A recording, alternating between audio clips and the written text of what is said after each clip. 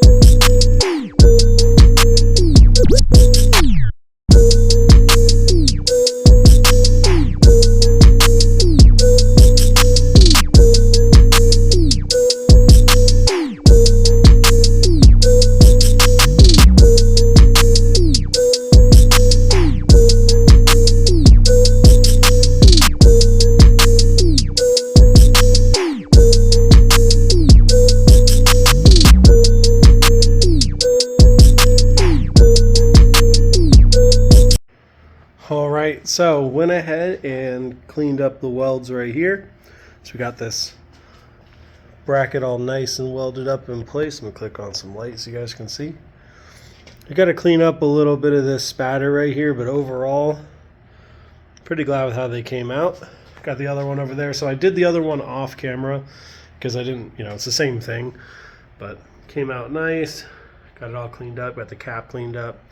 They come in here and clean up some of that little bit of splatter, but we're gonna be probably like Raptor lining the back part of the frame and all this stuff back here. So any small blemishes or welds I'm not super fond of, they're going to be hidden anyway. But the important thing is that they're strong, right?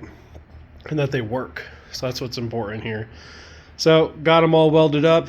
It's awesome. Shock fits in here. So even these blown out ones, I went and got a new shock so I could make sure that we're gonna fit.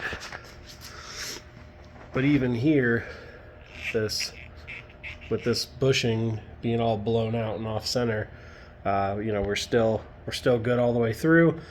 So I used a 3/8 extension and slipped them through here, not only while we were welding them up off of the truck, but also when we were welding them up on the truck. So wanted to make sure that they weren't going to go anywhere, that they were all going to line up right. So looks good. Like I said, I'm going to come in here and kind of clean up the little bit of that splatter, but they look great. So actually I'm pretty like surprised. So I was looking over here and this doesn't look too bad, we're going to clean it up. But then I came over here, yeah, so this whole lower bracket here is she's not super happy. So got a good separation here, and it's kind of like bent down. So what we're gonna need to do is pull this off. I was wondering why this looked kind of like crooked a little bit, and that is exactly why. So unfortunately, I think that the bolt has kind of like wallowed out that hole a little. I mean, Jesus, look at that. I don't know if this is a complete cutoff and re-weld, but we're just gonna have to see. So, this is like little stuff that you look at, when you come over here and you're like checking out the truck, and now that a lot of the stuff is off, this is all stuff that I wanted to look at, kind of see, make sure that it's solid all the way around, so it's safe, because it's not very safe, right? If I didn't see that, clean the truck up, put everything back together, there's a very real possibility that this lower link could just hit the ground one day. Not only that, but it'd probably ride like shit. So we'll address all that stuff a little bit later. Stoked we got the shock mounts all done, and we got the new lug studs installed. We got everything planned for that. The new shock fits in here great. I think the travel is going to be good too, because it's like almost straight up and down. It's got about a 10 to 15 degree difference, but it's perfect. Like, I think it's going to have no problem traveling. So what I did was I raised the suspension all the way up without the bags in it, and used my measurements from my compressed bag. So my compressed bag is right around 3 inches compressed. So what I did was I allowed myself right around 3 inches fully aired out, basically. And then what I did was I measured the travel on the shock from aired out all the way to aired up all the way, and made sure that I was still within my minimum and maximum for my shock travel. So I've got about 1 inch left for my aired out, and I have about 1.25 inches left on my aired up all the way. So whether we're aired all the way up, aired all the way down, we're not going to be maxing out those shocks. So that's awesome. Didn't do a whole lot of work up here in the front. You know, just kind of came in here and started grinding down some of the welds and cleaning them up a little bit. You know, they're coming along. Like I said, we're going to seam seal it. So this is about as much as I'm going to do, and then I'm just going to seam seal it. So I got to come in here and clean up all of this. That's going to be for another video, and then we're going to pull the windshield again when we're done with that stuff. So I didn't cut these brackets off yet. Just, you know, I'm going to do it probably tomorrow. I just ran out of time today, so that probably won't be in a video, but we're going to cut those off. And honestly, I don't know if I'm going to cut the whole bracket off. I might just lop off the stud that comes out of there and then just leave that. So adds a little bit of something if I need to mount something there or whatever. You know, we got something going on. And then back here, I need to do some work on the frame rail. So you see this frame rail is all right. This frame rail, not so much. Got a nice dent right here. And this is kind of tweaked a little bit. So we're gonna maybe, well, we'll see, because we're gonna put our fuel cell back here. So we might, you know, be doing some cutting and reinforcing back here anyway. But luckily, we have this looks like a 1x3 of I think it's 1/4 inch steel. And then we got all the air stuff off of here. So all these well nuts that are in here, we're not going to need them. I'm going to leave them in case we decide to use it to mount like the fuel pump or whatever else. So very exciting stuff happened today. The inside is now full of just new parts. So we do have some things in here. This is going to be my clutch master. That is the idler arm. I do have my brake master cylinder floating around here somewhere. And, you know, we're just, garage is full of parts. This stuff is just rolling, and we are just kind of making our way. So I'm going to go and tomorrow come out here, and I think I'm going to continue working on the rear back here. We're not going to bolt the shocks up or anything yet because we need to do some stuff, but I think I'm going to take a look at that tomorrow. Maybe get that link unbolted and see what I can do there.